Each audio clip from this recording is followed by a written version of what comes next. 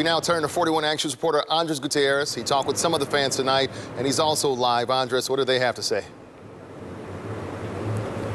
Well, Kevin, word of that announcement spread quick amongst fans outside the Big 12 experience outside Sprint Center, and a lot of them were not happy about it. There's a lot of people who came from far away to be here for this, and It'll be a real bummer.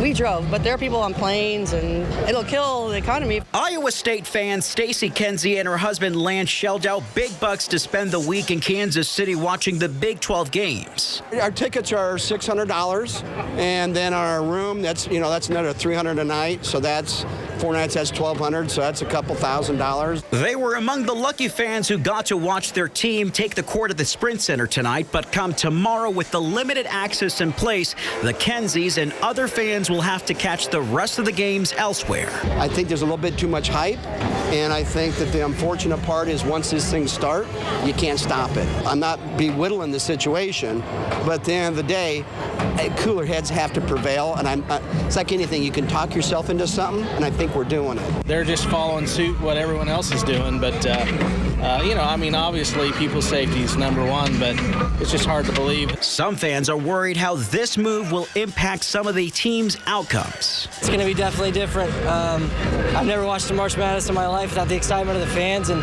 I think it's going to definitely take out a lot of those Cinderella teams because, they get better and they win those games because of the fans rooting for them.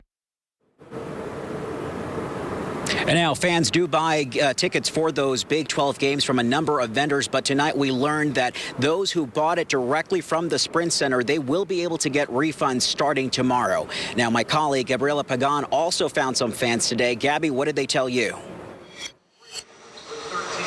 Andres, I found fans who came from all over the country to come here and see their teams in action. But now that they can't, many of them are choosing to find the silver lining. Threw me all off with that one today. That being the Big 12 Conference announcing fans will not be allowed to attend any tournament games in Kansas City beginning tomorrow. But, I got my tickets for tonight, so I'm ready.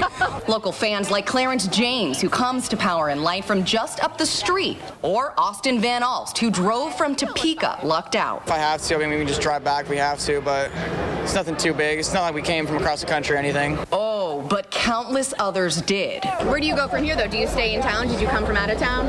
I did. I flew in from Portland, Oregon. First to Denver, and then driving from there to Kansas City because it was cheaper. But, I also had tickets for Game 4 of the Royals with the ALDS in 2014. I flew all the way here, and then there was no Game 4.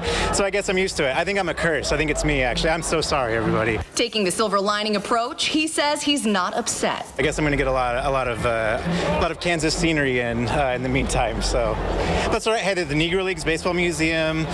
Power and Light's beautiful, so it's still a vacation either way, right? I get that it's maybe a public safety issue, but I know a lot of people drove down for this. A lot of people bought tickets, so money's going to be lost somewhere.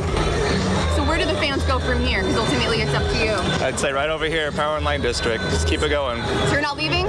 No, I'll be here. Yeah, I'm going to still spend my money. Now, guys, there are not a lot of fans down here tonight as today's news shocked a lot of people. The audio you hear in the background is the last game that will be played here tonight for the rest of the night. That is K-State and TCU. Dia, back to you.